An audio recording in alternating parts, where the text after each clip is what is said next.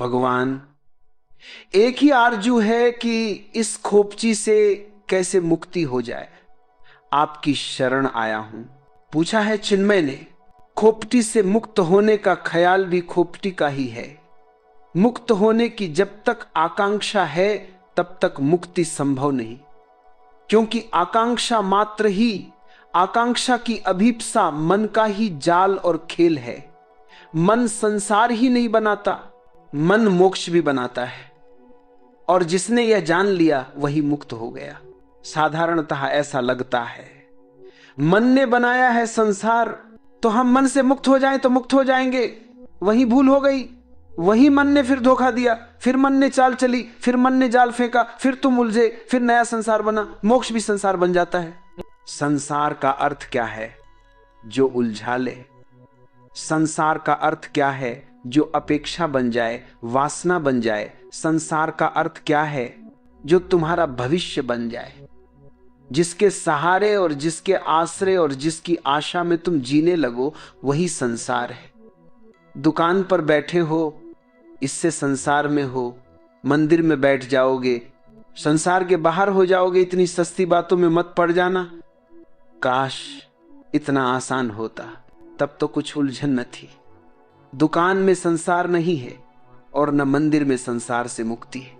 अपेक्षा में, आकांक्षा में, आशा में संसार है, सपने में संसार है। तो तुम मोक्ष का सपना देखो तो भी संसार में हो। संसार के बाहर वही है जो अभी और यही है। लेकिन इसका तो अर्थ यह हुआ कि मोक्ष की आकांक्षा भी छोड़ देनी पड़ेगी, अन्यथा मोक्ष के बहाने भी, मोक्ष की वासना से भी तुम नए नए संसार बनाते चले जाओगे। समझना काफी है, छूटना नहीं है। छूटना किससे है? किसी ने बांधा होता तो छूटते, किसी ने बांधा भी नहीं है। बंधन कहां है?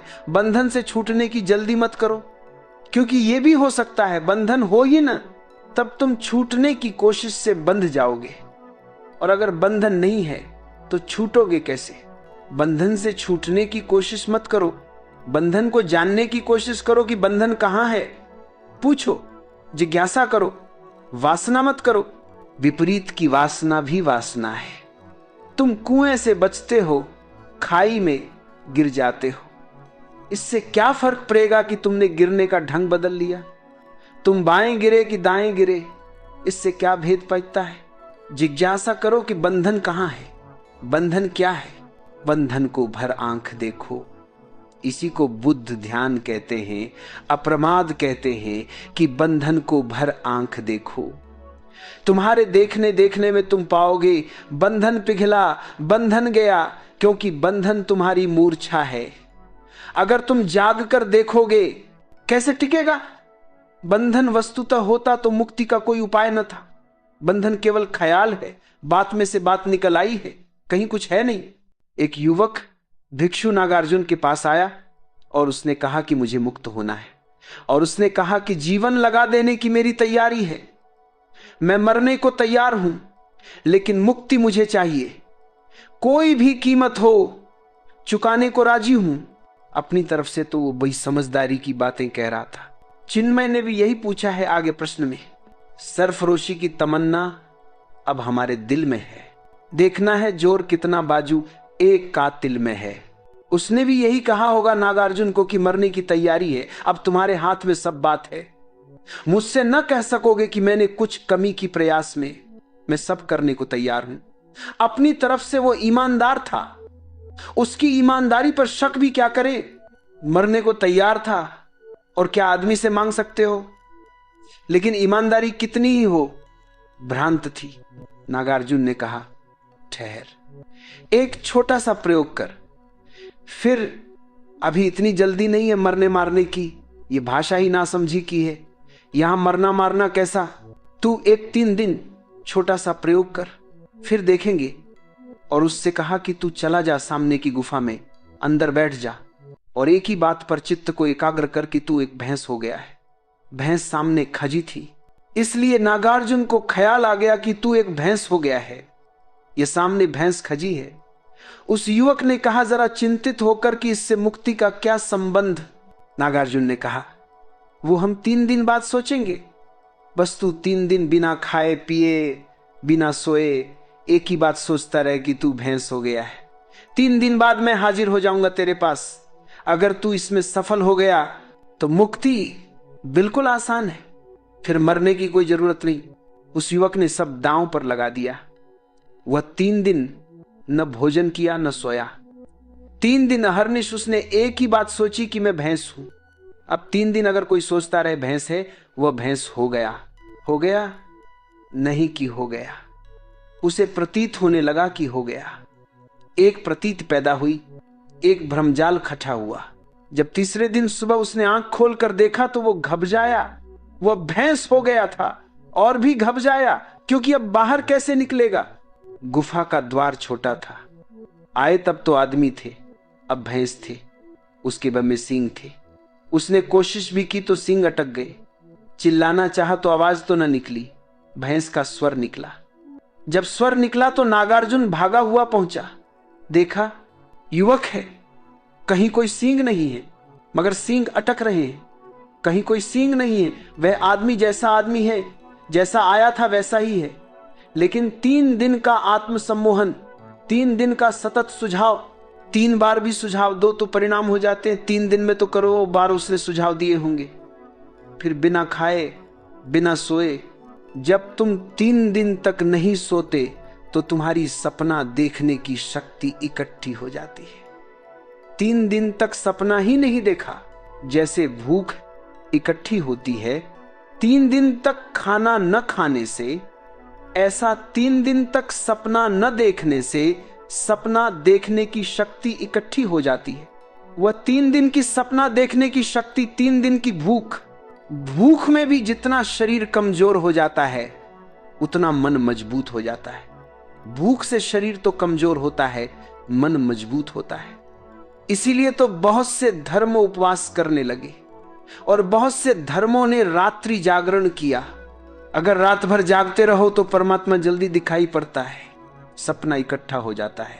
अभी इस पर तो वैज्ञानिक शोध भी हुई है और वैज्ञानिक भी इस बात पर राजी हो गए हैं कि अगर तुम बहुत दिन तक सपना न देखो तो हेलुसिनेशंस पैदा होने लगते हैं।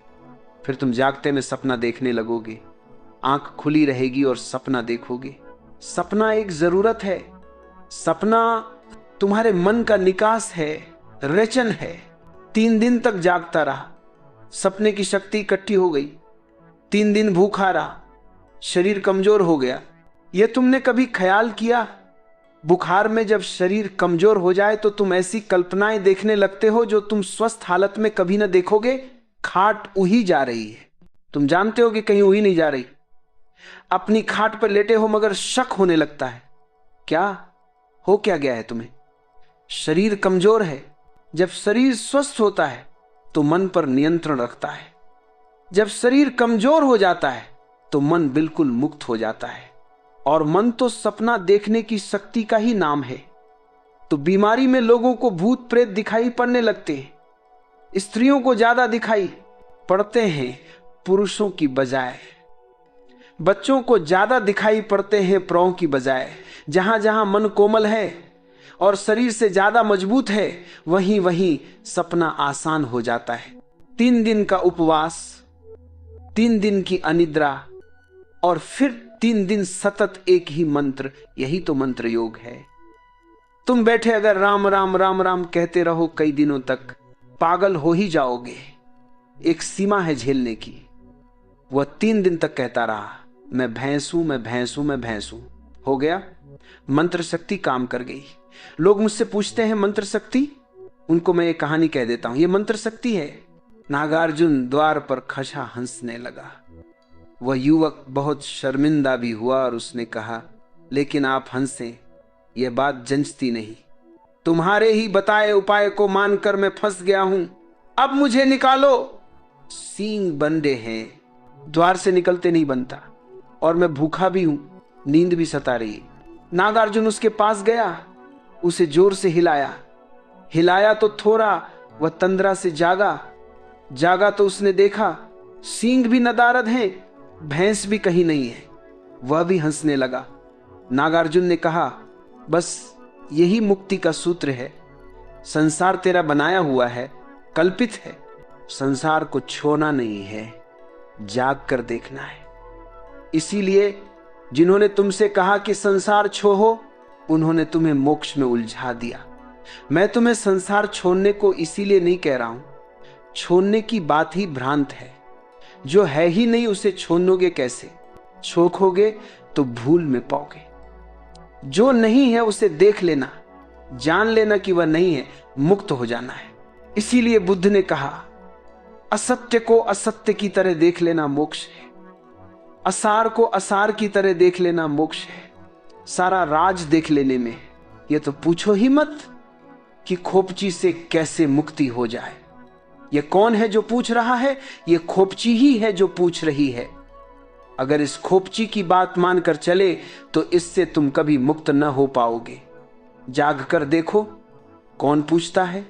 गौर से सुनो, कौन प्रश्न उठाता है? यह कौन है जो मुक्त होना चाहता है? क्यों मुक्त होना चाहता है? बंधन कहां है? और जिसने भी जाग कर देखा वह हंसने लगा, क्योंकि बंधन उसने कभी पाए नहीं। जागने में कोई बंधन नहीं है। इसलिए बुद्ध चिल्ला चिल्ला कर कहते हैं, प्रमाद में मत जियो, अप्रमाद, जागो, होश में आ जाओ। और तुम कहीं भी गए नहीं हो, तुम वही हो जहां तुम्हें होना चाहिए। भैंस तुम कभी हुए नहीं हो, तुम वही हो जो तुम हो, तुम परमात्मा हो। इससे तुम रत्ती भर यहां वहां न हो सकते हो, न होने का कोई उपाय है। हाँ, तुम भ्रांति में रह सकते हो, तुम अपने को जो चाहे समझ लो। मन शक्तिशाली है, तुम जो चाहोगे वही बन जाओगे। और जिस दिन भी तुम देखना चाहोगे उस दिन तुम दृष्टि बन जाओगे। दृष्टि मुक्ति है। समझे थे तुझसे दूर निकल जाएंगे कहीं, समझे थे तुझसे दूर निकल जाएंगे कहीं, देखा तो हर मुकाम तेरी रह गुजर में है। कहां जाओगे दूर निकलकर परमात्मा से? कहीं भी जाओगे पाओगे उसके ही रास्ते में तुम्हारा मुकाम है। समझे थे तुझसे दूर निकल जाएंगे कहीं, देखा तो हर मुकाम तेरी रह गुजर में है। हर मुकाम उसी का है, हर पल उसी का है। अस्तित्व से दूर जाने का उपाय कहां है? कैसे जाओगे दूर? हाँ, सोच सकते हो, विचार कर सकते हो कि दूर निकल गए, और जब दूर निकलने का ख्याल आ जाएगा तो तुम चिल्लाओगे, पूछोगे पास कैसे आ जाए। अब जो तुम्हें पास आने का रास्ता बता देगा वो तुम्हें भटका देगा, क्योंकि दूर अगर निकले होते तो पास भी आ सकते थे। दूर कभी निकले ही नहीं, इसको ही जानना है। तो अगर सार मैं तुमसे कहूं, बंधन की तरफ आंख करो। जहां जहां बंधन दिखता हो वहीं वहीं ध्यान को लगाओ। बंधन ध्यान का विषय बन जाए और तुम पाओगे तुम्हारे ध्यान की ज्योति जैसे जैसे सघन होती है वैसे वैसे बंधन तरल होकर बिखर जाता है। जिस दिन ध्यान की ज्योति परिपूर्ण सघन हो जाती है, अचानक तुम पाते हो कि बंधन गया, सपना था टूट गया, नींद का ख्याल था मिट गया। बिखरा ध्यान हो तो खोपची है, इकट्ठा ध्यान हो खोपची गई। विचार ध्यान के टुकचे हैं, छित्र गया ध्यान। जैसे दर्पण को किसी ने पटक दिया, खंड खंड हो गया, इकट्ठा जमा लो, बस उतना ही राज है। इसलिए ध्यान को चिंतन, मनन, विमर्श बनाओ। खोपची से मुक्त हो जाने की बात मत पूछो। खोपची में कुछ भी बुरा नहीं है, वहां भी परमात्मा ही विराजमान है, वो भी उसी का मंदिर है, वो भी उसकी ही रह गुजर है, वहां से वही गुजरता है। अगर तुम गलत न समझो तो मैं तुमसे कहूंगा, विचार भी उसी के हैं, निर्विचार भी उसी का है, तनाव भी उसी का है और शांति भी उसी की है। संसार भी उसी का है और मोक्ष भी उसी का है। इसलिए जैन फकीरों ने एक बड़ी अनूठी बात कही है जिसको सदियों तक लोग सोचते रहे हैं और समझ नहीं पाते हैं। जैन फकीरों ने कहा है, संसार और मोक्ष एक ही चीज के दो नाम